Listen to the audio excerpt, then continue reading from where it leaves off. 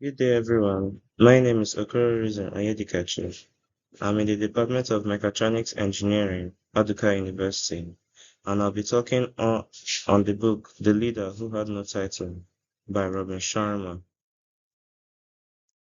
This book focuses on seven key objectives, which by the time you're done reading should have extensive understanding of. Firstly, redefining leadership. This book tells us in depth that leadership isn't about titles or positions, but rather it's about influence, impact, and our daily actions. Number two, empowering individuals. The Leader Who Had No Title by Sharma stresses on the fact that everyone has the ability and potential to be a leader in their own rights or aspects of life. Number three, developing a leadership mindset. This book makes us understand that success comes from taking responsibility, maintaining a positive attitude, and continuously improving oneself. Number four, fostering innovation and adaptability. This book emphasizes the importance of one's ability to adapt, especially in an ever-changing world, because it is those who evolve that will thrive. Number five, promoting service and value creation. Robin Sharma tells us the importance of service in leadership. Number six, building strong relationships. Robin also informs us through this book that leadership is about connecting with and inspiring people through respect, trust, and empathy. And finally, number seven, taking action with courage. This book tells us that leaders are meant to step out of their comfort zone, taking the initiative despite the challenges. The first, this is the first chapter of the book, chapter one, Leadership and Success Are Your Birthrights. This chapter introduces us to the main protagonist, Blake Davis, an ordinary man who escapes the rat race and unlocks the secrets to being successful. Although his life came with its own type of issues, his determination eventually paid off. He lost his parents at a very young age, scarring him for life. He eventually joined the army, trying to find a sense of purpose, which he did, until times of war, where he lost his comrades. The physical war was over, but the psychological war was far from over. He eventually started working at a bookstore as a way to reconnect to his roots. It was here he had a strange encounter with a pretty interesting guy who introduced him to a whole new way of thinking and reasoning. This made Blake understand that hard times really do make better people. Now we move over to the second chapter of the book, My Meeting with a Leadership Mentor. This chapter finally reveals the identity of the strange individual Blake had encountered. From here, from here on out, the journey of Blake Davis had begun. The strange man's name was Tommy Flynn, Blake's first leadership mentor and colleague. He too worked in bookshops and was recently appointed there.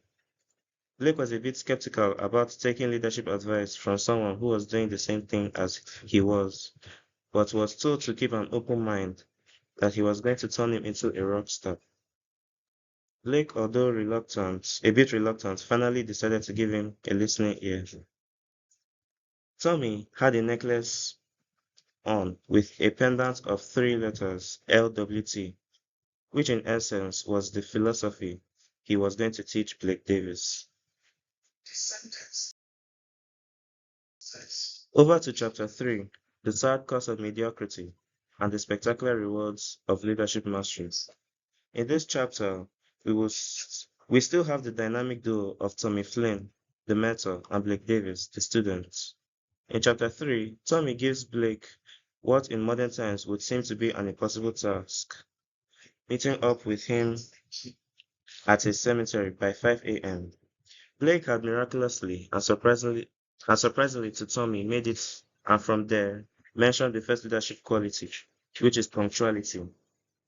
He continued that leaders are those who do the things failures aren't willing to do.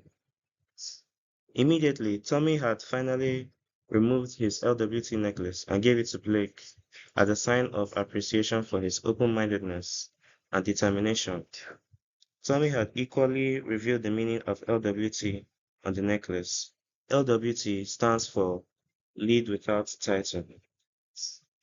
Tommy had finally gotten to the business of the day and showed Blake two graves.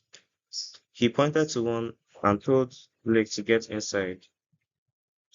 When Blake saw a tablet and what was written on it was 10 human regrets. Because of time, I can't go into details about what each of them are, but these are the regrets that one may get at death if one refuses to lead without a title. These human regrets made Blake to think differently about how he should be living his life. The 10 human regrets was meant to create a sort of awareness. Bad things do happen, but as the saying goes, when life gives you lemonade, when life gives you lemon, sorry, you make lemonade. And it seemed to create such and it seemed to have created such awareness in Blake. He stopped blaming the war, he stopped focusing on the past, he stopped making excuses, and realized that he was responsible for his consequences and his actions, for the consequences of his actions, sorry.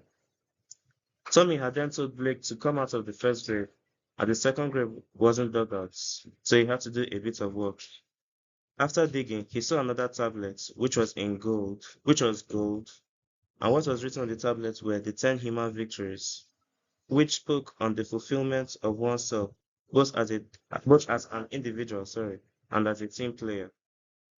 The 10 human victories encourages us to take the higher road, standing for leadership, excellence, and enthusiasm, incorporating the LWT philosophy into every aspect of our lives, even though we are not in high places of power.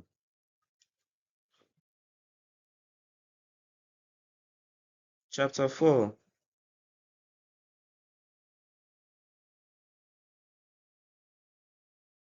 The first leadership conversation. You need no title to be a leader. This chapter introduces us to another expert on the art of leadership. Her name was Anna, and expected and as expected was a good friend of Tommy Flynn. She was a hard keeper who had similar history as Blake. She too had lost her both parents. She had told Blake that the LWT philosophy is nothing but putting in your very best. With such resolve, there is next to nothing one cannot achieve. To Blake, he had met his female counterparts, but she took a totally route, different and life-changing approach. She decided to be responsible for her life choices, which in turn took her to some of the greatest cities and largest hotels in the world. People who are good at giving excuses usually aren't good at anything else. Leadership is a choice to stop pretending to be the victim, but rather the victor. Over to chapter 5, the second leadership conversation. Turbulent times build great leaders. This chapter, Blake and Tommy go over to meet his next leadership mentor, Ty Boyd, who was a leader of his own. His first impactful statement to Blake was, I may not be rich, but I have a rich life. Ty was a skier, a 5-time world champion at that. Ty was going to use skiing to explain to Blake about adaptability.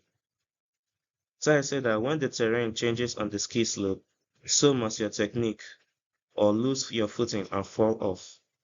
Adaptability is the deciding factor behind every successful skier, and so is it for anyone trying to master leading without a title. Real leaders take intelligent risks, facing their fears and embracing challenges, doing the things people doing the things people with a failure's mindset would never attempt. He further told Blake that lucky people don't get lucky, rather they create luck. They remove the limiters on their mind and themselves, making them do the unthinkable and coming out on top.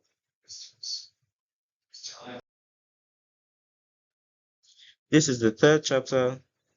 This chapter, the third leadership conversation. The deeper your relationship, the stronger your leadership. This chapter goes deeper into the meaning of leadership with the introduction of Blake's third leadership mentor, Jackson Chan, who is a gardener at the public library. Jackson gives another aspect of leading without a title. Jackson emphasizes the importance of working together with people. As the saying goes, no man is an island. Therefore, keeping meaningful relationships with people is essential. Business isn't only about making money, but making good relationships as well. And the best way to create such strong relationships is by leading by example, especially when dealing with individuals that may not want to work with you.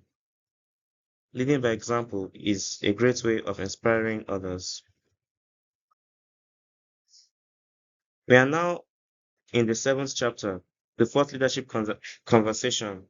To be a great leader, first you must become a great person. We are introduced to Jet Priestley.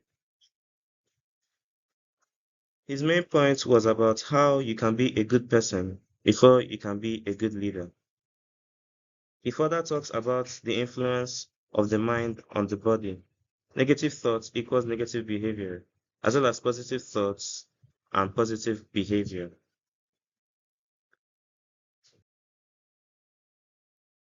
The book is a good tool for reshaping, in conclusion, the book is a good tool for reshaping your mind and thought cycle, which in turn changes your behavior, making you put in your very best.